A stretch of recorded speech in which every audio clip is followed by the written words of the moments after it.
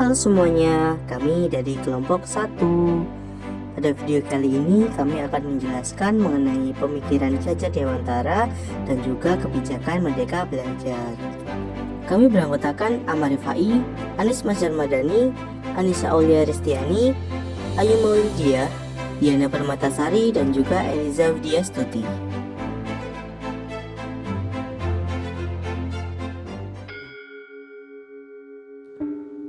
Ki Hajar Dewantara lahir di Kadipaten Pakualaman, Yogyakarta pada 2 Mei tahun 1989 dengan nama asli Raden Mas Suwardi Suryaningrat. Pada tahun 1913, beliau diasingkan di negeri Belanda akibat tulisannya yang kritis terhadap pemerintah kolonial Belanda. Di pengasingan tersebut, beliau mengisi waktunya dengan belajar ilmu pendidikan. Kemudian pada tahun 1922, beliau mendirikan Perguruan Nasional Taman Siswa. Ki Hajar Dewantara ingin membangun suatu sistem pendidikan yang sesuai dengan kultur bangsa Indonesia sebagai upaya memerdekakan manusia baik secara lahiriah maupun batiniah. Dan pada tahun 1945, beliau diangkat menjadi Menteri Pengajaran dalam Kabinet pertama Republik Indonesia oleh Presiden Soekarno. Metode pendidikan yang digunakan Ki Hajar Dewantara pada perguruan taman siswa yang didirikannya disebut sistem Among. Isinya terangkum dalam asas yang sangat masyhur, yaitu Tutwuri Handayani, Ing Madya Mangunkarso, Ingarso Suntolodo. Menurut Ki Hajar Dewantara, seorang guru semestinya mampu menjadi pamong, mendidik dengan welas asih sesuai dengan pertumbuhan dan perkembangan si anak. Sistem pendidikan yang terbaik adalah yang mampu menumbuhkan disiplin dan pemahaman mengenai kesejatian hidup dari dalam diri siswa sendiri. Hal tersebut tidak dapat dicapai melalui metode yang menekankan pada perintah, paksaan, dan hukuman seperti yang umum dipakai oleh pendidikan kolonial Belanda. Sistem Among memberikan kesempatan seluas-luasnya pada kemandirian siswa. Peserta didik didorong untuk mengembangkan disiplin dirinya yang sejati melalui pengalaman, pemahaman, dan upayanya sendiri. Yang terpenting adalah menjaga agar kesempatan ini tidak membahayakan si anak atau mengancam keselamatan orang lain. Dalam sistem Among, guru memiliki 3 fungsi utama. Di depan, ia menjadi teladan atau contoh yang baik bagi para peserta didik, dan di tengah menjadi pendorong atau pemberian semangat, serta di belakang mengamati kemajuan para peserta didik. Ki Hajar Dewantara juga menekankan agar para guru mendorong murid-muridnya agar mengikuti jalur yang benar dengan cara mengilhami dan memotivasi mereka dengan pemikiran yang tepat. Begitu para murid bergerak di jalur yang benar, hendaknya guru berusaha untuk mengupayakan setiap peluang kemajuan bagi mereka tanpa banyak campur tangan. Selanjutnya, para guru tinggal mengamati kemajuan mereka. Dengan demikian, pendidikan akan menghasilkan manusia yang merdeka, yang berkembang secara utuh dan selaras dalam segala aspek kemanusiaannya, serta mampu menghargai dan menghormati manusia lain.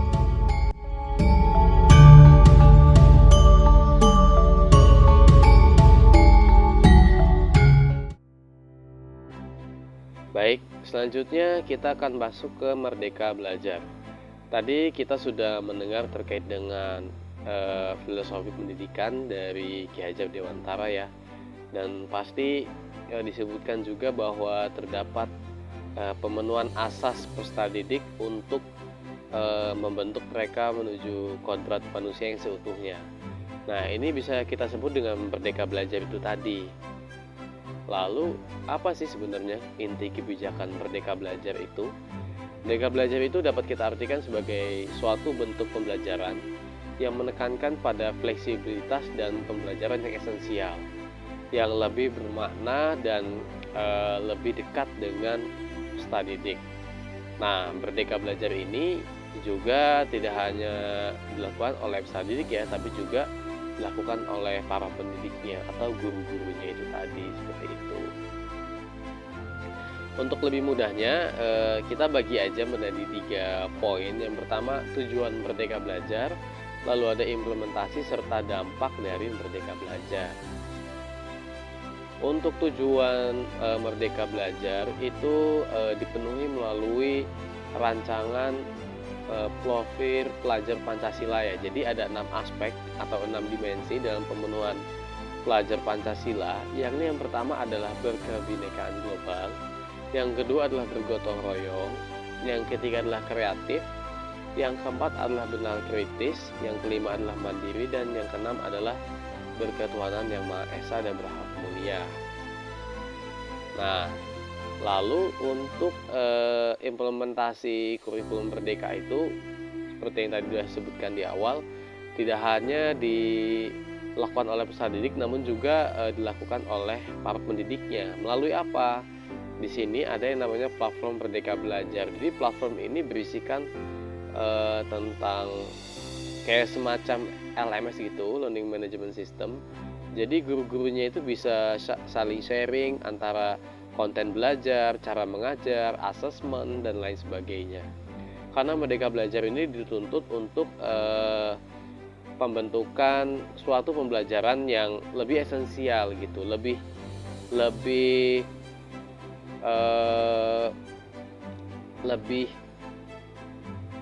memberdayakan potensi peserta didik, pemenuhan potensi peserta didik, gaya belajarnya, bakatnya, dan lain sebagainya.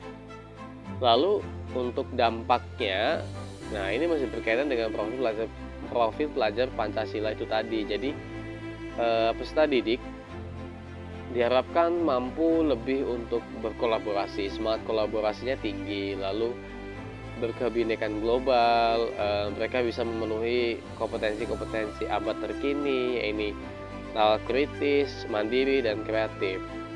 Nah, mungkin itu dari Merdeka Belajar. Selanjutnya kita akan membahas terkait sistem AMONG.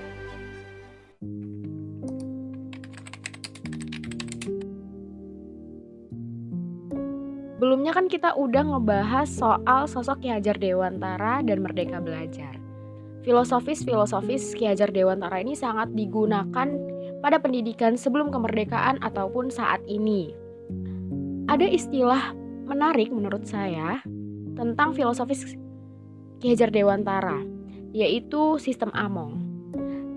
Setelah saya cari tahu, ternyata sistem AMONG ini adalah bagaimana cara guru mendidik atau mengajar peserta didik. Kalau menurut Ayu, seperti apa dan bagaimana sih sistem AMONG itu?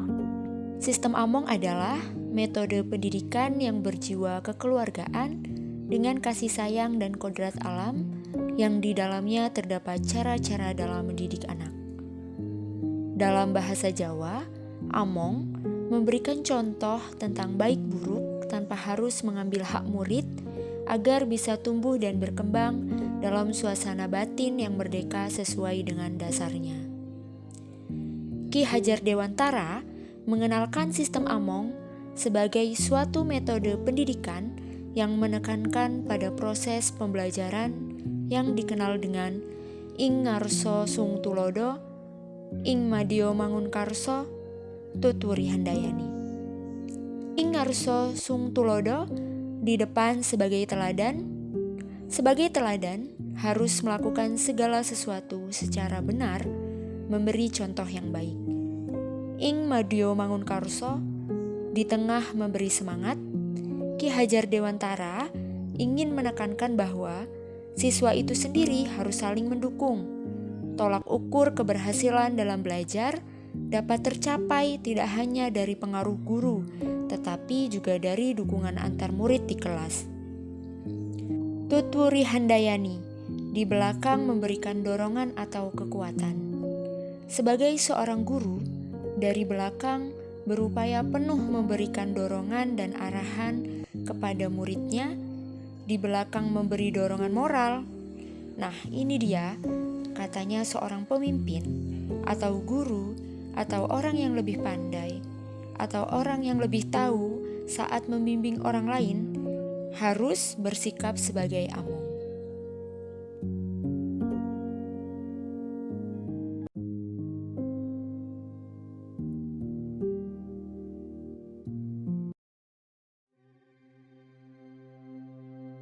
Jadi kesimpulannya adalah konsep Merdeka Belajar diambil dari pemikiran Ki Hajar Dewantara.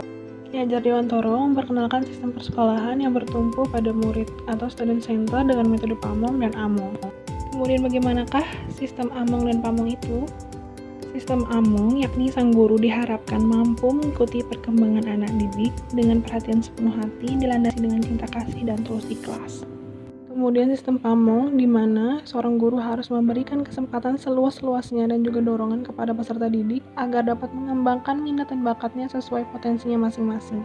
Lalu, tindakan yang akan dilakukan guru dengan menerapkan gagasan Ki Hajar Dewantara adalah yang pertama, dengan menerapkan pembelajaran yang berpusat pada peserta didik dan kebutuhan dari peserta didik tersebut. Selain itu, guru juga harus berperan aktif ketika peserta didik ini mengalami kesulitan belajar.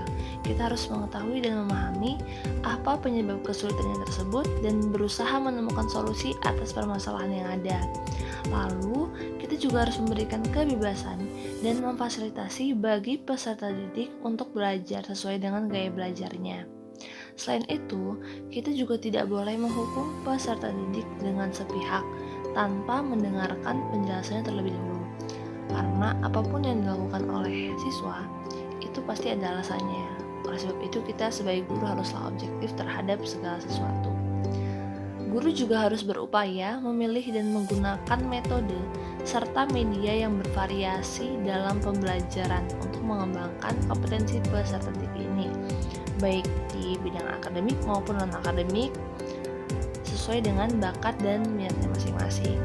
Guru juga harus berupaya mengembangkan kompetensinya, khususnya dalam hal pedagogik dan juga kepribadian. Nah, sekian video penjelasan dari kelompok kami. Semoga yang telah kami sampaikan dapat bermanfaat untuk kalian. Sampai ketemu di video selanjutnya.